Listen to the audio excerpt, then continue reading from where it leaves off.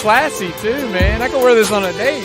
People who are most successful are the ones who don't just give up.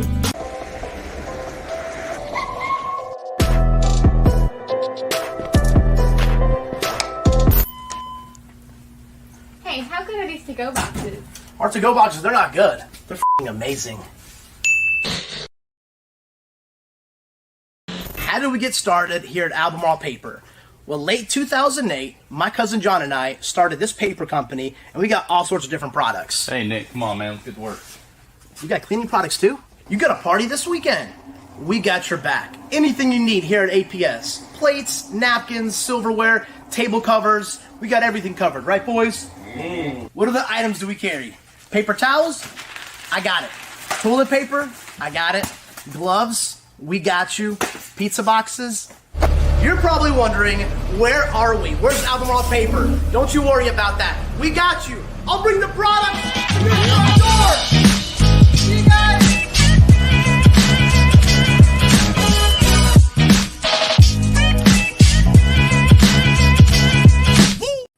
Hello, and welcome to another episode of the MLS Corner, the best corner in all of MLS. We have a jam-packed show today after 2 Charlotte games. We got another 2 this week. It has been a crazy schedule for everybody. And since Charlotte's brought their A game last week, and we had to bring our A game for this show tonight, I have my man Lee from CLTFC Fan TV. Lee, how are you doing today? I'm good, man. I'm good. I'm trading in. I think I'm getting a new lady in my life, man. It's gonna be ecstatic. Yeah, my old one, she helped me raise 4 kids.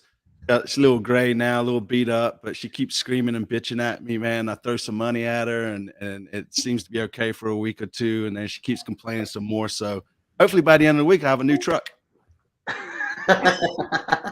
Nice. That was good. You had me going there for a while. I was like, dang, you doing a little LA Galaxy action, huh? Yeah, kind of moving on had from to things. decline the situation out there. Nice. And I got my man Brian, Bam Maurer Media. How are you tonight? I'm doing well, man. Doing well. I'm just ready to shake off the rust. I feel like it's been so long since I've been on the show, so I'm glad to be back. I missed y'all. Bro. Listen, I know you've had a couple heartaches the last couple of weeks with some of your teams, man. So we won't get into that too much. Yeah, please no. And then our special guest today, a man with the knowledge, an MLS brain, Mr. Blake from MLS Gone Wild. How are you tonight? I'm good, guys. Thanks for having me on. I think this is my 3rd time now on the show. It's always an honor, and I look forward to chopping it up about Columbus and Charlotte. Nice. Awesome, man. Yeah, man. I think you probably have, in terms of, guests, because I would consider Lee kind of just part of the show. Thanks.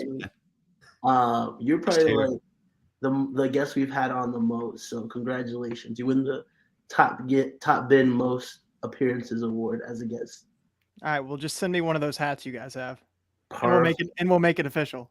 All right, that sounds good, man. We'll get working on that for you then. So I'm a designated player? Yeah, I think we're going to work out a TAM deal first. I am down. Buy him down. I got to earn my keep. Okay. Nice. Awesome. So let's get started a little bit with some games that we played this last week. First, we got to start with that cup set in Birmingham, Charlotte FC. What were we doing? 1-0, and I want to first talk a little bit, and I want to hear from everybody in the comments section as well. This was our lineup for the game against Birmingham Legion. We saw Hagar in there, we saw Vargas in there, Mora, Sobocinski, Kalina, right? Team looked a little bit tired, right? Somebody on this show a couple of weeks ago said to start the starters against Birmingham and rotate the team against Nashville. And that person, which was me, got a lot of heat, especially from a man that runs a fan channel here in Charlotte. So I want to hear from you firstly. Talk to me about why you were wrong. Talk to me about why you had this Spurs no winning trophies mentality, and you wanted to use it. No. And this is exactly what happened. We got Cup set, a great opportunity to go deep into the Open Cup. And Lee said, you know what? If Spurs aren't winning a trophy, neither should Charlotte. Talk to us, Lee. See, I don't know why we always have to pick on Spurs, man. I mean, Arsenal's running right that. Anyways, we'll let it all go. Liverpool, never mind. Chelsea, never mind. I mean, oh man. Anyways, I still stick true to. I believe in what I said. I'm gonna die on that hill, man. Like if we had taken a few of those opportunities in that first half, we would have won easy, or maybe not as easy because we got the red card. Once we got the red card, the whole thing just kind of turned around, in my opinion. Now it's been a week or two, so I'm trying to not get my games confused like I typically do. But once Milana got sent off, the whole game shifted, right? I mean, it was just. I don't think it was a bad lineup. I don't think the decision to start who he started was bad. I just think once Milanda got that red, it fell your way, top 10. Here's what I want to say. You know, you're right. The squad. Say that again. That's all you wanted to say, right? I said the squad was yes. strong, but here's where that difference of not rotating came in. When they went down to 10 men, especially in that second half, that team looked tired. That team looked lost. That team looked lifeless at times. Charlotte did? Yeah, part of it was that they were gassed. You know what I'm saying? If you would have rotated, like I mentioned against Nashville, a game that we also lost, by the way, right? Oh, I don't know, man. You know, see, I feel like you're kind of using the results to feel your, like, I'm going to say it, feel your ego in this moment, man, right? But I think the way the results went, man, I don't think it's fair. It's like looking at the results on paper going, damn, they lost 1-0 to Birmingham and not even watching the game and thinking that the Birmingham just owned us. And I hear with y'all Spurs comments, man. I don't care. Chelsea spent $600 million and look at y'all finished 12th. Anyway. Brian, talk to us about that Birmingham game, man. I think the big thing is definitely that. I mean, I didn't mind the lineup either. I mean, they had 8 starters in. That should be more than enough to handle a USL Championship side. The second half, the first half, they had their chances, and as soon as it went into the half 0-0, I thought there could be an issue just because one went off the post. They had multiple really good scoring opportunities they didn't take advantage of, and that sets you up for a halftime where Legion goes in. That's a scoreline they like. They're already pumped up because it's the first time they've played an MLS team in a competitive match. So it's just at that point at half 0-0, they had a chance to come out with a little bit more energy, feeling like they're actually in the game. They have a chance. When you don't put away teams like that early, you give them that chance to have that belief that they can take advantage of it and win. And that's kind of what Charlotte allowed them to do by not taking their chances in the first half. And then I definitely was disappointed in the second half they let Legion have they conceded a ton of possession to them. They didn't even have a shot on goal in the second half. And so that for me was the big issue with Charlotte, was just that they didn't maintain any control of the game. You could say definitely tired legs could easily play a factor in that, the red card as well. I just felt like Charlotte should have been able to already have that game put away. And when you don't, then you get in a situation where you have a cup set situation. And that's what ended up happening. Hindsight being 2020, it definitely looks like rotating could help, but God, I just can't imagine rotating out for a U.S. Open Cup match, even when they have an opportunity to go to the. See, that's why this man is the senior editor for Top Bin 90, man, because he speaks the sense. He speaks the truth, Top Bin. You're over there trying to play devil's advocate. It ain't gonna work with us, man. I don't know what, you got that Barcelona mentality. We just buy whoever, man. We want trophies. Whatever. What you mean? Whatever, man. Get out of here, man. It's time. Come on, Luton. La Liga. Why would I not want titles? Yeah, man, whatever. Come on. Nah, this is it, man. You guys need to bring me on the on y'all's on your MLS fantasy show, man. I feel like it would be a lot better over there, to be honest with you.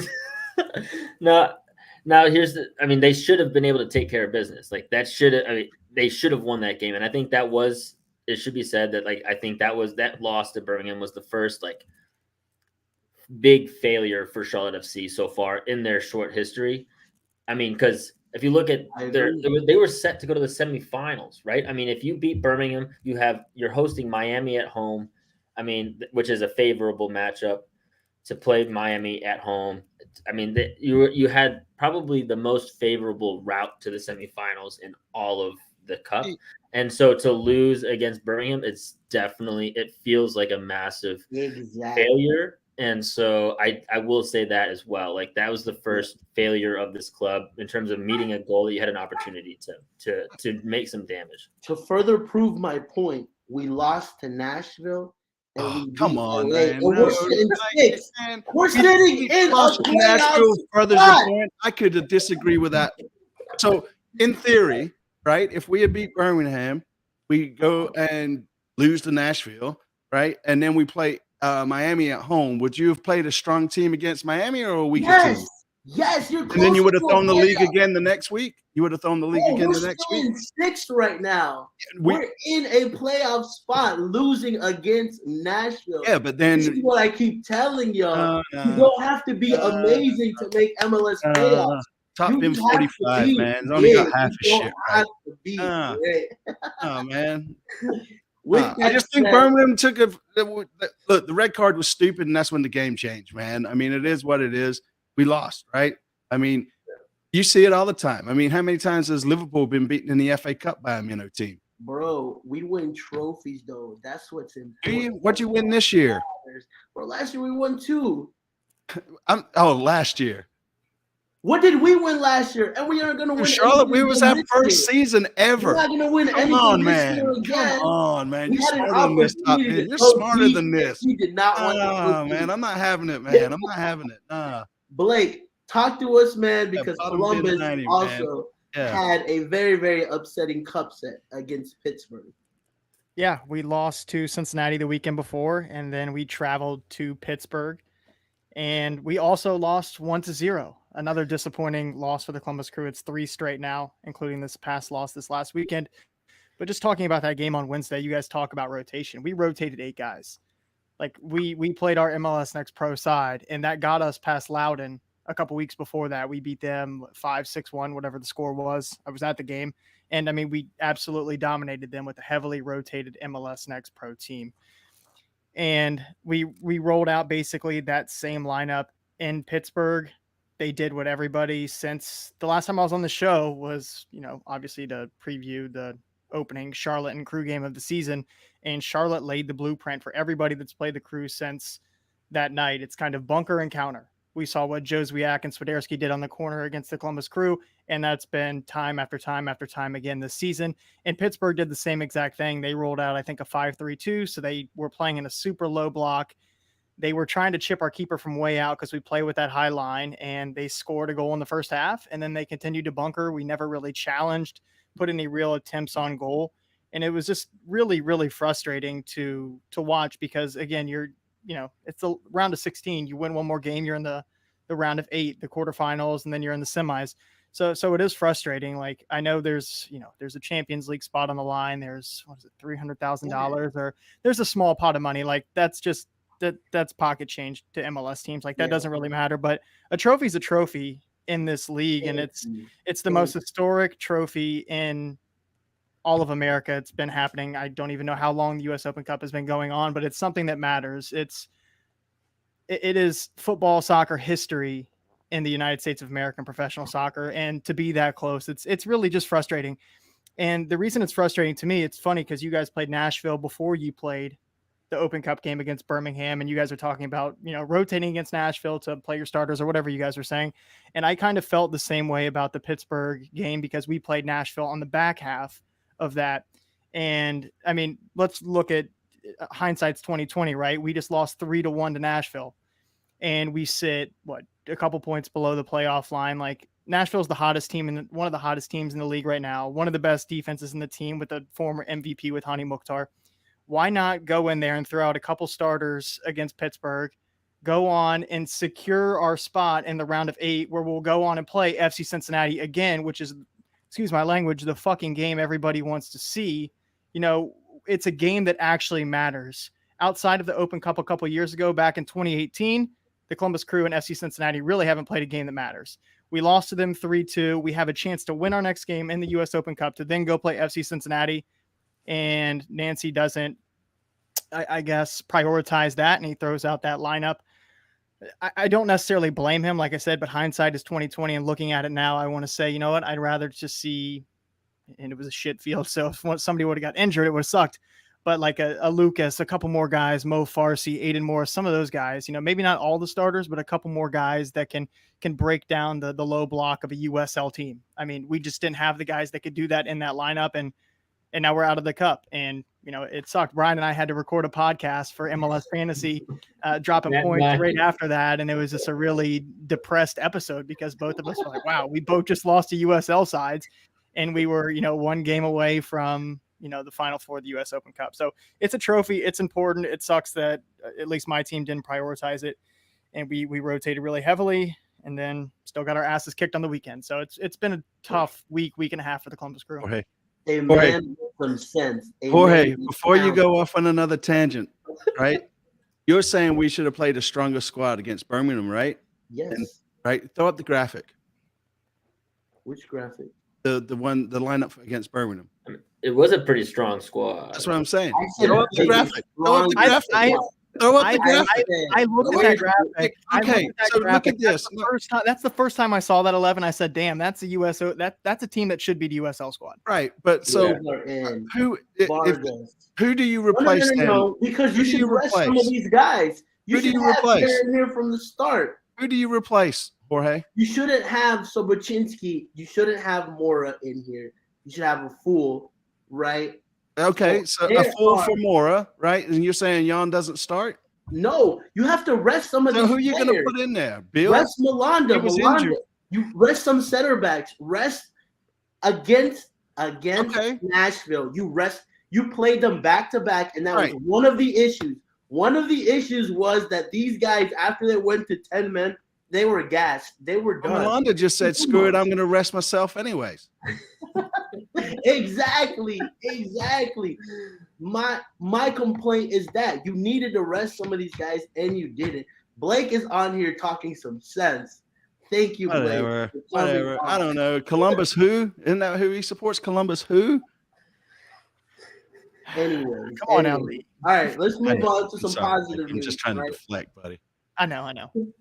After that, we went and defeated. No, we lost. LA Galaxy. Oh, we're not talking about Nashville? Bro, that was the game before Birmingham. Oh yeah. I confused you because the Crew lost to Nashville on the weekend. Yeah, that's right. I'm sorry, man. It's been like 2 weeks since I've done one of these things, man. It was honestly, and I want to hear from everybody in the comments section. That win against LA Galaxy was beautiful. I mean, honestly, to me, it was more about getting the result versus how well we played, especially given right now how the games are coming in so thick and thin. LA came here, ruined our inaugural match by beating us. We went over there and caused a ruckus, right? In that first half.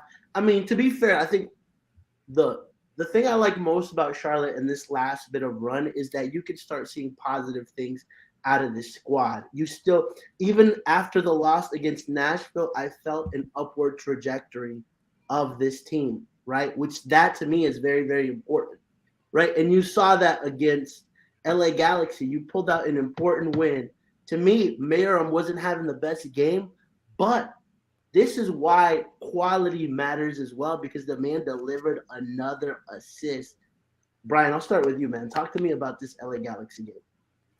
Yeah, so I mean, I think what's happening this year is the ball is bouncing in Charlotte's favor a whole lot more. Granted, part of that I think is their fight. They're showing up and responding a lot better at times than they did last year, and that was one of my concerns. I felt like they didn't respond or show up the way they should have against Birmingham, and so my question was, continuing to be on the road, can they do it again going across the country, even against a struggling LA Galaxy side? Will they be able to respond and show full effort even after the poor showing midweek? And they did. I think they showed a lot of grit and energy, and at times really had control of the match.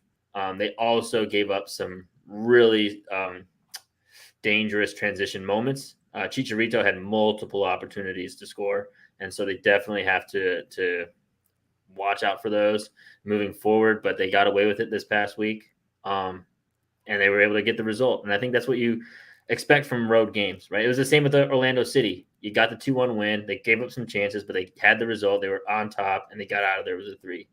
And I think that's what we weren't seeing last year. And so I think that's a huge. I mean, that's what makes this result big is they're able to respond on the road, get another 3 points, and they set themselves up where I feel like honestly these next 2 matches now against tough competition become kind of like house money, right? Where if they didn't get a result in LA, I feel like it's a way more pressure situation with this Wednesday Philadelphia match and Saturday against Columbus. But now I feel like they've got the 3 from the road trip. It's kind of house money until you get back home.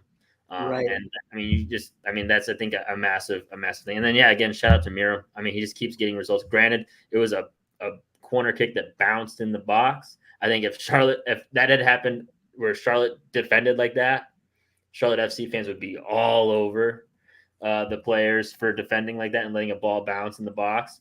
But I mean, you take it, right? You take it. You scored guys off a set piece. That's what we're going to talk about. I was like, we'll just talk about scoring off of a set piece instead. Yeah. But yeah, for sure. Lee, talk to me about. There was a ball that Malanda gave in the first half that was terrible. Again, that if LA had a better night up top, they could have scored. And I mean, you already saw Malanda make a mistake in the U.S. Open Cup, right? Get a red card, and here again. And we haven't seen the best Malanda this season. And I want to ask this question to everybody in the comment section as well. What's going on with Malanda this season? I mean, last year he came in, sliding right in. Still has the highest projection of any center back that we have. But something feels off about him this year. So a couple of things. First off, you just debunked your own theory about resting players since Malanda was rested for the LA game, right? How? He still played. What you mean? He got sent off with a red card at Birmingham, man. At like minute 60. Oh, that's still resting. That's a whole nother 35 minutes to play.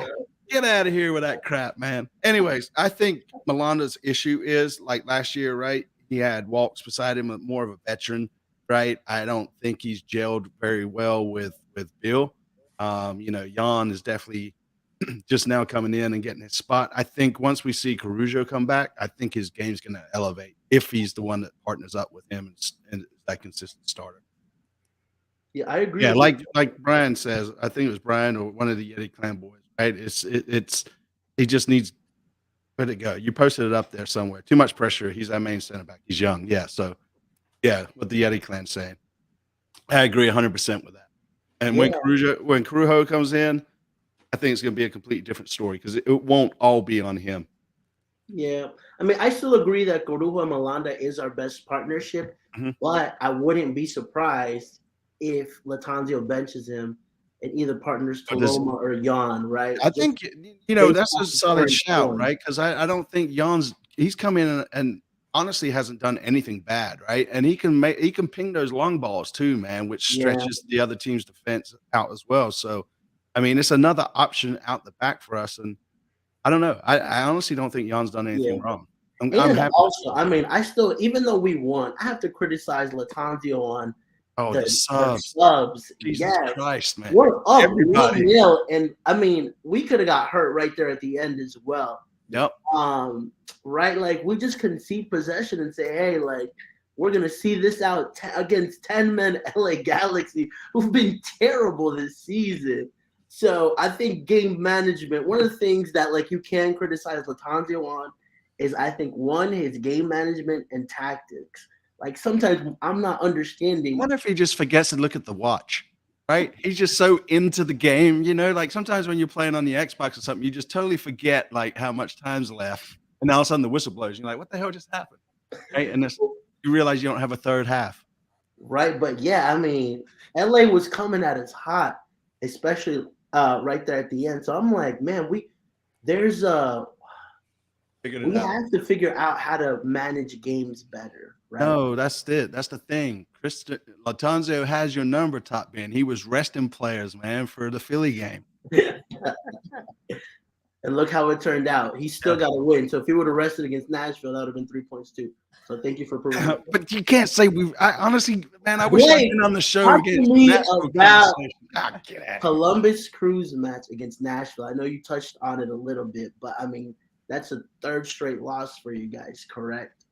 Yeah, third straight loss, and since the last time I was on this show, we just have one win in the last 6 with a -3 goal differential. Hold on, So you broke up there. What'd you say?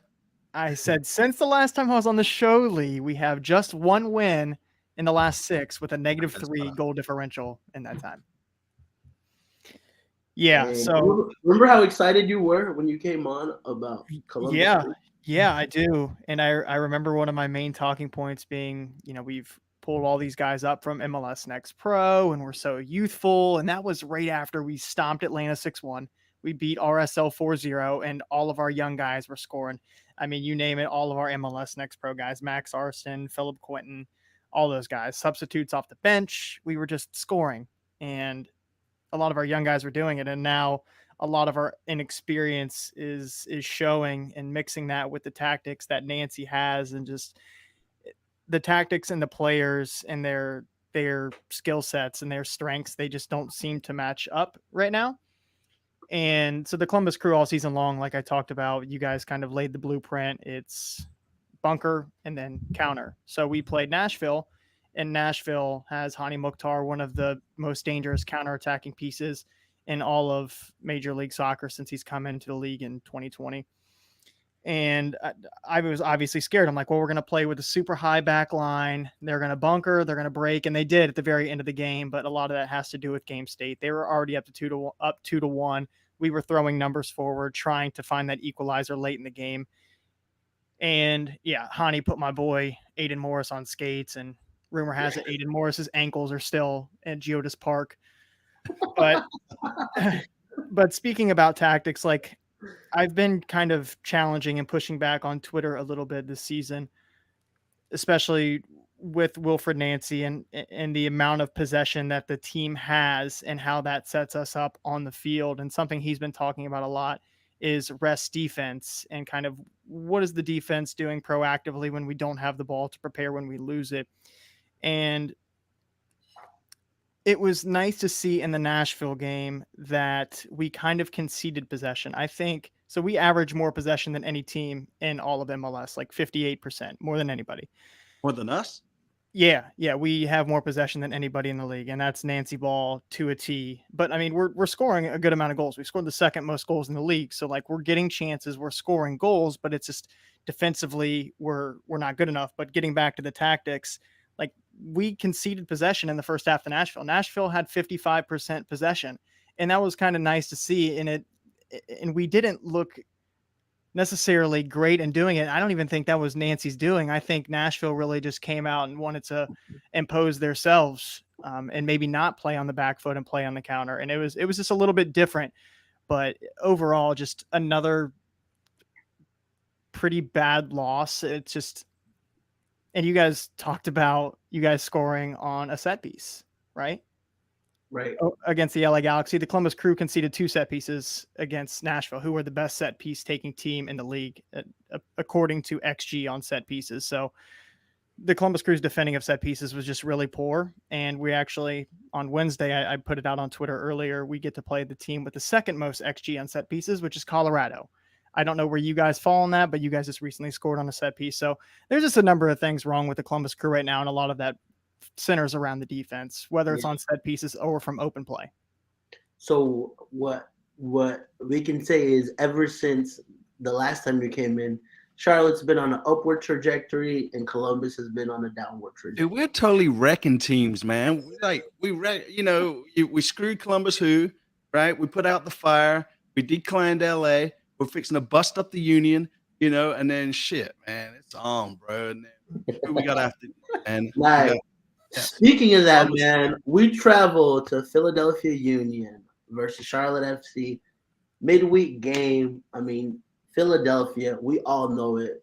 one of the best, most consistent teams in MLS. We know how they're going to play you. They're going to be very direct, very tough team to beat, right? I mean, like Brian said, I mean, to be honest with you guys, these are one of the games where I'm like, you know what? Like, any result that we get, a point or a win to me is like gravy just because of the team that we're playing in them, right? And I'll start off with you, Brian. Talk to me about this game. Do you have, I mean, I know Charlotte, we're on an upward trajectory, but do you see us causing Philly any damage? I mean, I think as long as they are willing to show the fight that they did in LA and have shown to, continue to be willing to fight and show that hunger they have on the road so far this year, I think they can at least give them a challenge. And I think that's all I'm really asking for at this point. Philadelphia are definitely back in form since getting knocked out of CCL, and they're not going to be easy to compete against. I think they're really, I mean, just the way they performed in New York last weekend, I think was really like the signal that they're coming back for the top of the table. And I mean, I actually just saw the stat today. Daniel Gazdag and Carranza are combined for 50 goals since the start of last year. That's like the two of them are averaging a goal per game since the start of last season. So they have just offensive threats. Their defense seems to be like clicking again. They were giving up a lot of goals to begin the season. I think a lot of that again was CCL competing to make a run there. But they had 3 clean sheets in the last 5 games. So I feel like they're really locked in. And so it's going to be a challenge. I think the way Charlotte can maybe find a path forward is both they have to find a way to defend the service on the crosses, especially from Kai Wagner. If they give him space, he's just going to destroy them on that left side. And then also, I think if Leon Flach is starting in the center mid over Bedoya, who was hurt this last week, I think there's also a little bit of a weakness there. I think those are really their only, like, other than that, they're really locked in at every position. So I think those are the one areas where they might be able to find some opportunities. So I think that's what it's really going to come down to, because Charlotte are also still banged up. Capetti's out. Right. So Capetti's still going to be out. I think that was a huge miss for this week because he could really get the center backs locked in. So yeah, that's a good point, man. Like, I think that's a big loss. Uzviak, I think that's where, like, I feel like Charlotte have just had a lot of opportunities that they're not finishing. And Uzviak was the finish. Like, honestly, as baffling as that is, he's the guy who was being clinical so far this year in terms of just like the ball landing to him and him putting the shots away. And so him being out as well, I think is a big miss for this game. Yeah, I think if there's one thing we can bet on too, right? This is Charlotte holding possession in this game against Philly. Yep. One of the things, though, Lee, that we see time and time again with this team as well, like we struggle sometimes. Like we hold possession, but we don't do anything with it, right? Yeah. And I think what Brian says is a good point. If you want someone to kind of like be that shithouser aggressor on Philadelphia, it's definitely Enzo Copetti speaking to everybody and their moms, not even knowing English, but just goes up and talks to players, right? He is going to be a big miss tomorrow. So, Lee, talk to me about this game. Where does Charlotte have the answer? Who can be key for us tomorrow? I don't know. I think if Carroll can actually finish, right? I mean, to be honest with you, I don't think he deserved man of the match against LA. I think I would give it to Jones. Yeah, 100%. But because he scored, right, we give it to him. I mean, he missed some sitters that he probably should have made, where we wouldn't have been so pressured to the end, where we could have benched some players and given them that much needed rest that you keep on about. But Philly, I mean, we beat them 4-0 last year, right? I mean, we were at home, right? But I mean, we've swept New York. We haven't lost to New York, right? We've gone the way they come back. And so I don't know. Charlotte's one of those teams, man, where I don't know. I think Brian said it best earlier in the show. The ball is starting to bounce our way. We've been very unlucky over the last year and a half, I'd say, on some of the results. I think the Nashville result was unfair. I think we should have got at least 1 point there. And to say Philly is a good team, I'm not saying anything about it, right? But I still think we can go in there and do our thing. And I would much rather us play quicker football like we do than just to sit back and try to pass it around, because I think that's when we lose that concentration, and then that's when shit passes like Honda does happen. So I think we just play our game, and go out. And I just say go for it. I mean, what are we going to lose? If we're expected to lose anyways, let's just go out in style. For real. In the words of Latanzio, we are not Real Madrid, but I think we could give anybody a game. So,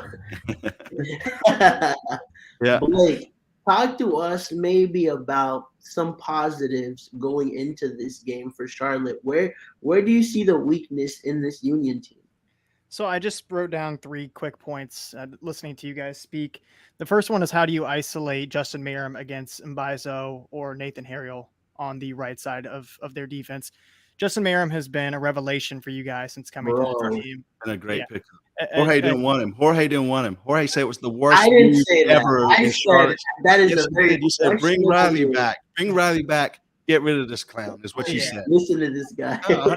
I got text messages proving it, folks. But I'm not going to put that out there. Definitely did not say that.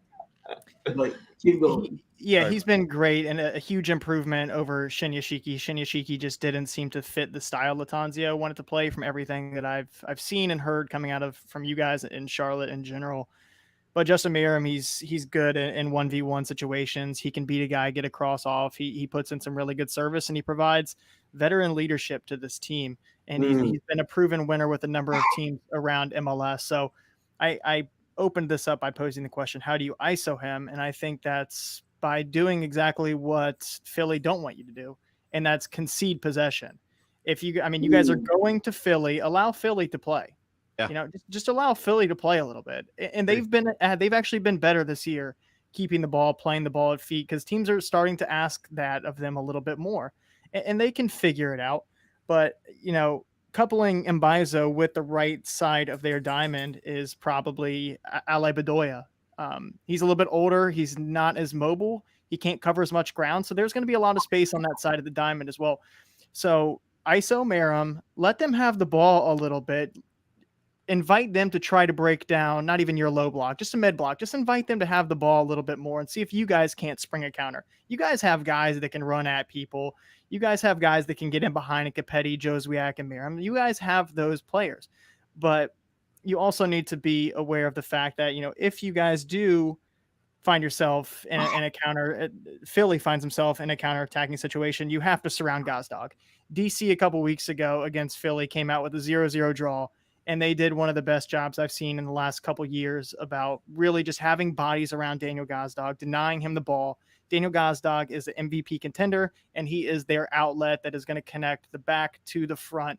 And sometimes it's even a dummy run. So even if he's not getting the ball turning and springing the ball forward, just his movement wide creates space in another channel for Ua or Carranza. So just having guys around him and then being aware of those runs in behind.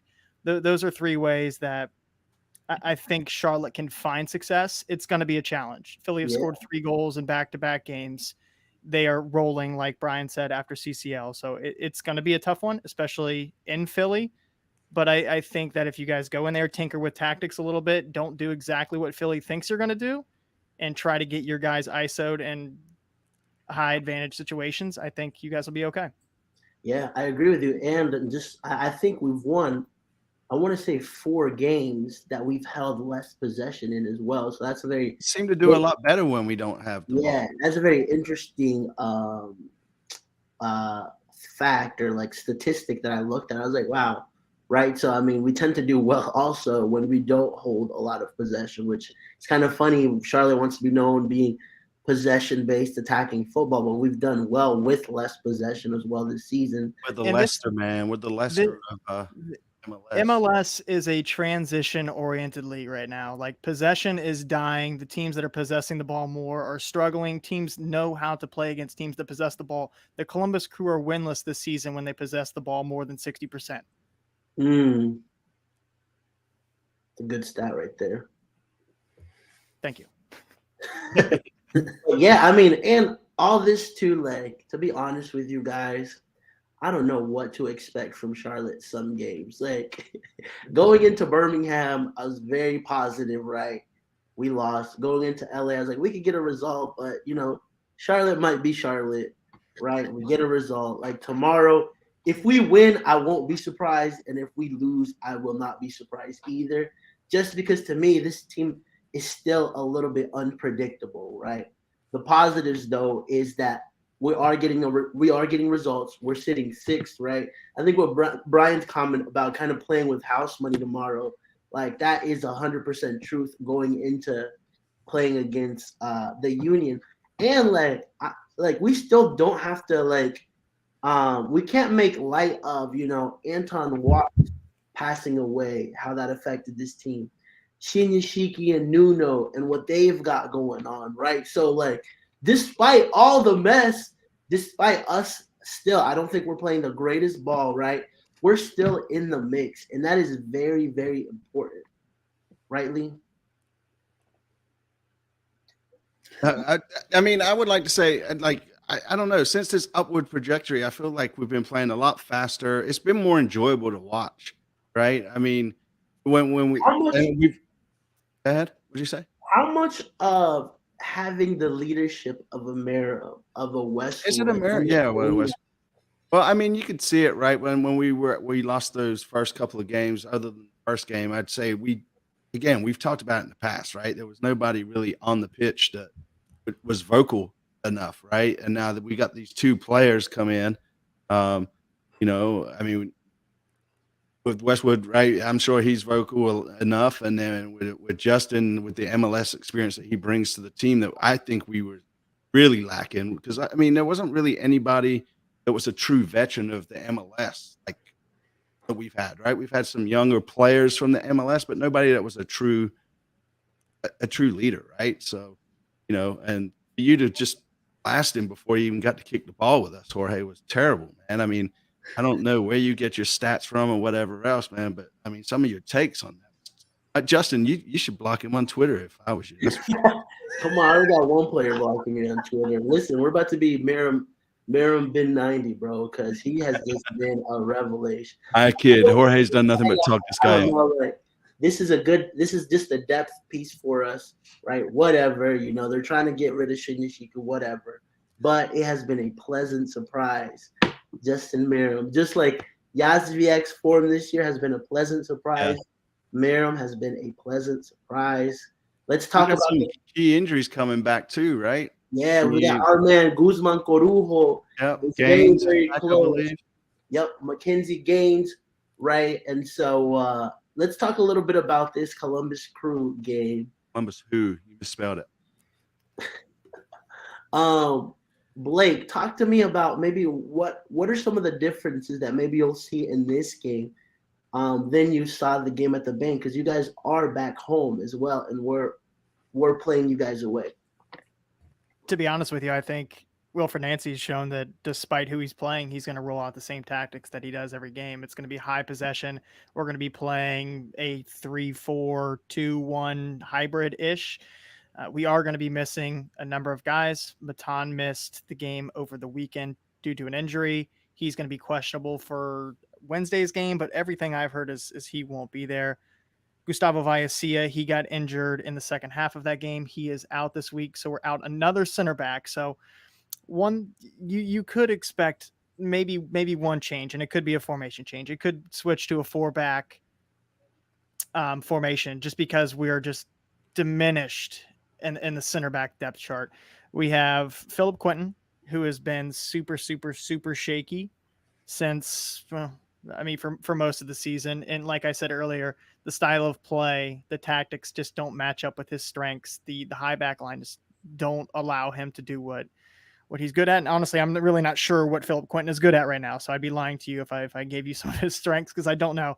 But we just have him and Steven Moreira, who's actually our converted right wing back from last year, as our two center backs. We have Keegan Hughes, that is a homegrown we signed this past offseason. And then Sean Zawadzki is another guy to keep an eye out for. But I think what the Columbus Crew will probably do is still roll out the 3-4-2-1, just because that's what they're comfortable in. That's what they've done. And then one of our newest signings that we got from New York City FC earlier this season, Admonson, he will probably slide from left wing back, where he's been playing since he's got the starting role, to left center back. Philip Quinton will be center back, and then Steve Marrero will be right center back. But the tactics, I think, will generally be the same. Like I said, Wilfred Nancy is dying by this possession-oriented game. We score a good amount of goals. Like I said, we score the second most goals in all of MLS, but we also concede a lot. So You guys at home tomorrow? yes, we have 2 home games this week. Nice. Lee, would you say it's too early to throw in Corujo against Columbus, or would you go ahead and throw him in? I don't know if I'd have him start. I think if anything, I'd bring him on around the 60th minute or something. Gotcha. I would do that Wednesday. I mean, if they gave him 60 minutes at Crown Legacy this last week, I would give him 30 Wednesday and then see if he's not ready to go That's a full valid 90 point, against too. Columbus. Like, I mean, if he was able to go 60 minutes, I mean, granted, I mean, obviously it's a completely different level. A lot of the next pro teams, especially right now, seem to be really academy heavy. So he's playing against kids in a lot of situations. But I mean, I think that really think- depends I mean, on how we're playing in the result at that time. Well, I also think it's very telling that he only played 60 minutes with Crown Legacy, and then boom, slotted right back in with the first team, right? So But he was on the bench. right, but I'm saying like it might have been more beneficial or like to have him play with Crown Legacy again this past weekend, get another 90 minutes of rep. But to me, that means that they're going to be throwing in him very, very, very soon if they just gave him 60 minutes and put him back with the first squad. So that's a very interesting thing to keep a lookout for. I mean, in my opinion, this is one of the guys that they're going to look to start, right? Pairing up with whoever, Malanda, Taloma, or Jan. But I also think that might add a little extra pressure on Rujo, right? How like desperately we needed him back, right? And so hopefully it works in a positive and not in a negative for us. Maybe it's just to kind of have him interact in the locker room and all that kind of stuff again, right? I mean, he's been gone for almost a year. Like some people, who is this guy, right? I mean, that squad's a little different than it was when he left, or when he first got hurt, I guess. Right. Brian, what any changes that you would make against Columbus? Because in my opinion, that's definitely a game we can get a result against. I don't know, like anything we take from Philly, I'm good with, but the game against Columbus, if there's a game that I can see Charlotte getting points, is that one. Yeah, I mean, both Columbus are in way poorer form than Philly, and they're also Philly's healthy. Besides Bedoya, they're at full health and full strength. Columbus is not, and so I think there's definitely an opportunity there because even though Charlotte have several injuries stacked up, Columbus do as well. Especially if Amundsen does end up playing at left center back, whoever's at right wing should be getting the ball a ton. Like I have not been impressed with how he plays defense. And so if he's stuck in a left center back role, they should just be firing Vargas at him the whole game. Because he's been kind of lazy on the defensive side, to be honest. And so there should be opportunities there to score from the right. Yeah, because then you have to take into account Amundsen has been playing primarily. He's been starting as the left wing back. He's now moving to the left center back, which is not what we brought him in for. Will Sands got hurt the last time he played you guys. We immediately went out and got Amundsen as the replacement. And so we're going to be either slotting Yaya Boa, who we just saw play alongside Lucas Arian over the weekend against Nashville, as the second center attacking mid, and he scored an absolute banger. I don't know if you guys saw that one. Go back and check that out with his left foot from like 25 out, top ends. Like top end 90. It was sick, right on brand. Or we have Jimmy Madranda, who's yet to start in MLS for the Columbus Crew that we went out and got this offseason for a depth piece that is a prototype that fits the wingback system. So Matan's out, so I would think Yeboah is still going to play center attacking mid, and then maybe Madranda slots in back there. I don't know. We have a lot of injury issues, and there's a lot of shuffling that's going to go around, so we'll see. Yeah, definitely, right? I mean, on the positive, both of these teams play midweek, right? So, I mean, it'll be a pretty fair game going into Saturday, right? So no rotation, so Lee can be happy with us. Just playing whatever full strength squads we want to play these next two games. I want to answer a couple of questions that we've gotten. I think we kind of answered this. Corujo's not going to be playing with Crown Legacy. He's back with the first team from what it looks like. Thoughts on CLT FC getting Iniesta now that he left his team out in China? Man is still amazing. Could elevate our midfield with his vast knowledge of the game. Will it happen? No, but what if? Anybody want to comment on Iniesta? Yeah, I mean, if he's willing to take only a couple of million, right, versus what he probably really wants. I mean, Tepper's not going to break the bank for some teaser. Well, the one thing that would be a positive though, I don't. Iniesta is not like a flashy, like I need a flashy kind of environment type of player. So I think coming to Charlotte, wouldn't be too outrageous, right? Obviously, I agree. Like he still got some talent in him. The reality of that happening is very low. But if we would look at it from a logical standpoint, why not? If that happened, bro, like I don't know, I'd go to the bank and just cry in front of one of the Panthers or something. I mean, is he the type of player we really need? I mean, I feel like No, he's not. He's too old, man. He's too Bro, old. we can still use him for half an hour, dog. And then he can come and sign jerseys afterwards. I don't think any team in the MLS could ever. I don't think you could. There's no limit to how many good, creative center midfielders you could. I mean, you could have. I think the more you have, the better. Just period. I think we should always be looking for more midfield help, just because. I mean, that's still been our issue, right? Progressive passing, creating opportunities. So, like, I mean, obviously, maybe Iniesta isn't necessarily just the one, but like, I definitely could see us. I mean, there were still rumors of more midfielders coming in. People were like, we need a left back, we need these other positions. It's like, okay, but left back, like the midfield battles are where the games are won and lost. So, like, being able to have and maintain, like, and being able to do stuff with the ball is just. I mean, that's why so many teams are having to rely on counter pressing and less possessions, because there's not enough midfield talent possessing the ball well enough to make things happen with dominating amounts of possession. Like, so you just, that's where just having more midfield help can, make that happen. So I would always be down for another like midfielder of that quality, obviously. Is it likely? No. Is there no possibility of getting Nuno back? No, he's gone, right? Once that transfer window opens, you best believe that he will no longer be part of Charlotte FC. That guy did not have a chance in Charlotte, man. From the day he got here to the day he leaves, man, that door was always 3/4 of the way shut on him. Unfortunately for him, though, because he has talent, right? And, just why your mom always says, or your dad, be careful who you associate with, right? So yeah, that's why I don't do lunch with you so much anymore. Stop, man. Is Jaws and Enzo back for the crew? I don't know. That's still kind of. When does Carol leave for international duty? I don't know. I need to check on it. I saw that, but I've been too busy to. Yeah, I meant to look into it too. Because if he leaves, he's not going to leave before the weekend, right? No. When is their game? June 10th. When are the FIFA games? Let me call. I'm looking it up right now. Perfect. While you do that. It's June 20th. June 20th. June 16th. But it's a friendly versus Germany, so I don't know. I'd rather bring James Rodriguez. Sad man about him. Yeah. Okay. And then finally, let's get into some score predictions.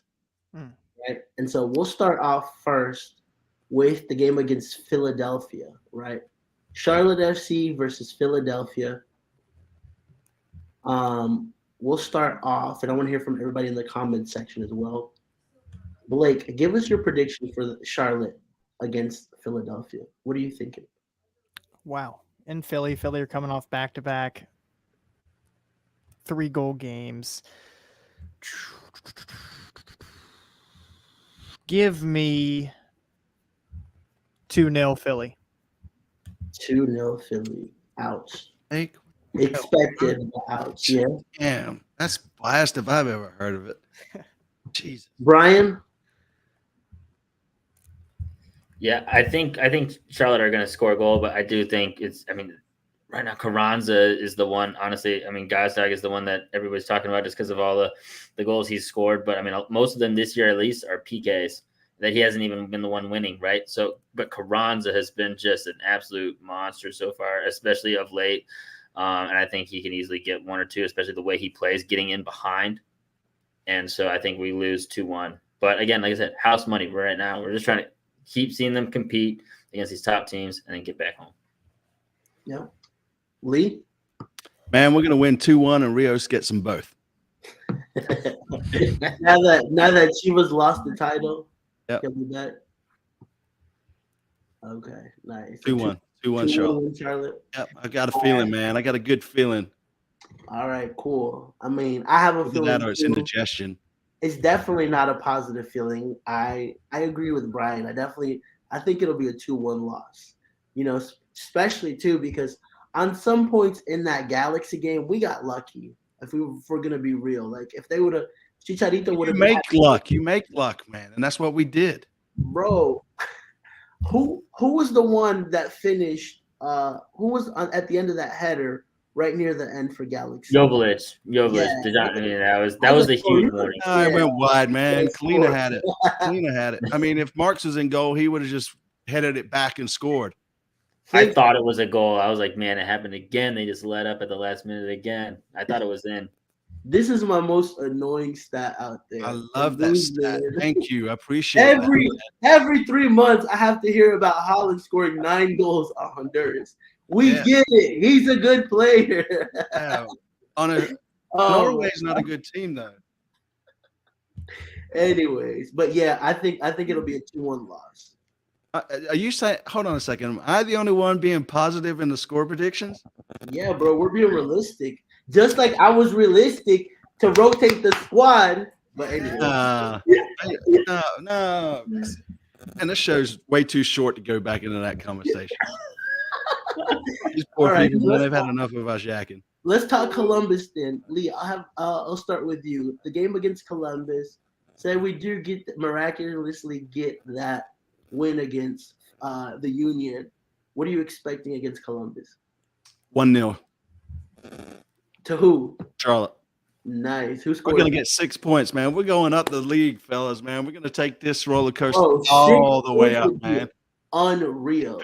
You heard it here first, folks. 6 points. 6 points in the next 2 games by Charlotte.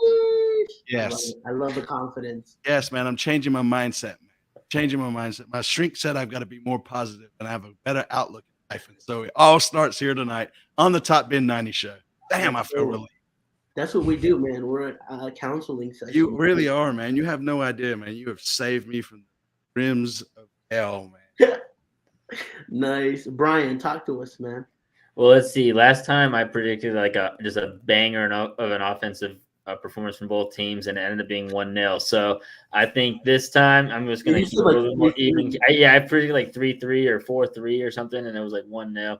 So I think this time I'm going to keep it a little bit more even keel. I'm going to say, well, I still think goals. I mean, both teams are still hurting at the back. So I think 2-2 draw. Okay. Wow. So 1 point out of 6 in the next 2 games for you. Yeah. Yes, but I think that's exactly what I don't get y'all.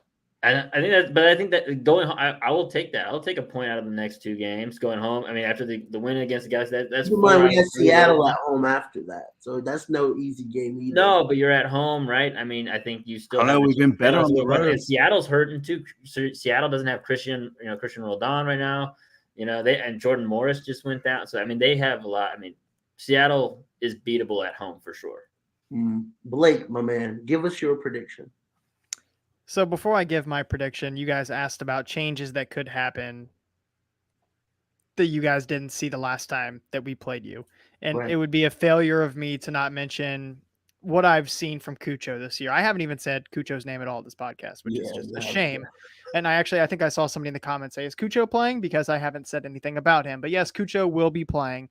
In what position? That is kind of what could be different for when we play you guys. Throughout this season so far, he's obviously played as the number 9. He came in as a midsummer signing last year, scored 9 goals in just under 1,300 minutes, and he was playing as an out-and-out number 9, a traditional number 9, fox in the box, making runs, diving headers, cleaning stuff up, scoring bangers of goals, and he was a traditional 9. This year under Wilfred Nancy, he's playing a lot differently. Even though he is starting as our center attacking forward, he is dropping off as almost as a false 9, playing on that same line as Lucas Elarion, dropping in, turning, facing up, and creating for his teammates, so much so that Cucho actually leads all forwards in MLS and assists with 6. Okay, so I don't know if we're paying this guy all this money to be a playmaker or if we're paying him all this money to score goals, because he only has 1 goal in 707 minutes, which just flat out isn't good enough. Right. From a goal scoring perspective, like from an MLS fantasy perspective, Brian, I'm just warming up for what we're about to do in the next hour. He's great because he's playing as a creator. But if he's going to play as a creator, we might as well put somebody up above him rather than taking somebody off of that front line and not having guys running behind. Have him play on that second line with Lucas Arion as the two center attacking mids and play Christian Ramirez up top. Have somebody up there that's going to occupy a couple of the center backs and have two guys right underneath creating, and then fly your wing backs forward. And then we don't have to, throw both Darlington Nagbe and Aiden Morris forward. We can find a little bit more balance in there. That's where we also get killed, is because we have a huge gap in between our midfield and our back line. So it'll be interesting to see what Wilfred Nancy and the Columbus Crew do with Cucho this weekend. I think he's going to have a nice game. I think Lucas Arion does too. There are goals to be had in this game, but just like I said earlier, like, we're wide open at the back. There's going to be plenty of space in behind with that high line. I think we're going to give up goals. And Brian said it, and I was thinking it. It's going to be a 2-2 draw in Columbus. Charlotte will come away with this one with a point, I think. Nice. I like it, bro. I like it. I'll take that all day. I don't think I've ever predicted a draw on the show. You always predicted Charlotte winning. This man Wes, I know, looks forward to seeing your name. You know what, Wesley? You haven't been on any of the live shows except for when Blake's here, man. What's up with that? That's it, man. Shout out Wes, man. He's a big fan. Love that guy. Yes, he's a true OG. We love Wes. Wes is awesome. I'm gonna give my prediction. It's going to be a 3-0 thumping. Charlotte FC goes to Columbus and wins, right? And so you heard it here first. We'll take an L in Philly, but then we'll get all 3 points in Columbus and continue our momentum. So you'll see. It'll happen, right? So it'll be we'll see Ashley Westwood get his first goal for Charlotte and a Swiderski double. So it'll be glorious. Clean sheet from Kalina again. He'll have a 1v1 block again against, I don't know who, maybe Zella Rayon. And get beat 40 yards out. Make it make sense, man. Make it make sense. You're right. Oh, man. All right. With that, my man Blake, where can we find you at? On Twitter at MLS Gone Wild. You guys give me a follow there. I try to do my best at covering all the teams, a lot of crew coverage there. Been a little bit slower on the MLS Gone Wild podcast side this season so far. I'm trying to work my way back into it. Just a lot of these double game weeks. It's hard to pump out content. It's hard to get interviews with players right now, just with the Apple TV deal and them pushing content. But yeah, give me a follow on Twitter. That's where you guys can interact with me most, at MLS Gone Wild. Yeah, and then if you guys want to go back and listen to podcasts, I have had Ben Bender. I've had Justin Merrim. If you guys didn't know, I had Justin Merrim on the show last year when he was with RSL right after he joined the 50-50, 50 goals, 50 assists club. Go back and listen to that one. That was a really good show that highlighted his time in Columbus, in RSL, and what went wrong in Atlanta. So go give that one a listen at MLS Gone Wild, wherever you guys listen to podcasts as well. So love it. I mean, yeah, Blake, I'd say, is up there as one of the top people to produce great MLS content. That's why we love having him on the show. Just a wealth of knowledge, and he also runs Dropping Points with Brian. Brian, talk to us, man. Where can we find you? Yeah, y'all can find me on Twitter at BAM Mauer Media. You can also find all my written content at topin90.com. And like you just said, Jorge, yeah, we're actually about to record Dropping Points this week, our MLS fantasy show right after this. So we're going to be dropping a new episode that's going to be coming out tomorrow morning, right before the double game week kicks off. So check that out as well. Nice. And shout out to our winner of our Premier League fantasy league as well. So we had 56 people sign up for that? Yeah. A good Where'd showing. you finish, Jorge? Huh? Where'd you finish? Like 42nd. Did you? Well, because I mean, like, it's very difficult to me to keep up with fantasy stuff. Like, me too. I think Not for the excuse. I was just wondering where you. I had Luis Diaz in my starting lineup like the whole season, and he was injured like 8 months. Lee, where can we find you at? Yeah, before I'd say all that, I just want to say, let's take a moment of silence for Esteban, right, and his Miami team. Like, I've noticed that we haven't been getting trolled at all on Twitter or any of that. So, Esteban, I'm glad to see you're still alive, buddy. You're obviously lurking in the weeds. Thanks for holding the rest of the league up. With that being said, I would. You can find us at COTFC Fan TV on all the socials: YouTube, Twitter, Instagram, Facebook, all that. And if you can't make it to Jorge's show, his watch party tomorrow night at Grand Street Pub, then just catch us online. We'll do a live watch along on the thing. We'll just sit back, have a couple of beers, talk some shit about the game, and watch us beat Philly 2-1. Nice. I love it. Yes, definitely. If you guys can make it out, come out to our watch party at Graham Street Pub. We start at 6:30 and we go all the way through the whole game. And then if you want to have your say, come in our post-match interviews and talk to us about how you're feeling about this team. It's going to be great. We will also be this weekend at the TST tournament, which we are very excited about, right? $1 million cash prize. If I hadn't torn both of my ACLs, and if I was 100 pounds lighter, and if I was more talented, and if I was more if I had a greater vision of the ball, and if I could be a leader on the pitch and be a great 10, I would definitely be out there. Unfortunately, I'll just be covering the tournament. With that said, guys, thank you so much. It's been another episode of MLS Corner. You guys have a good night.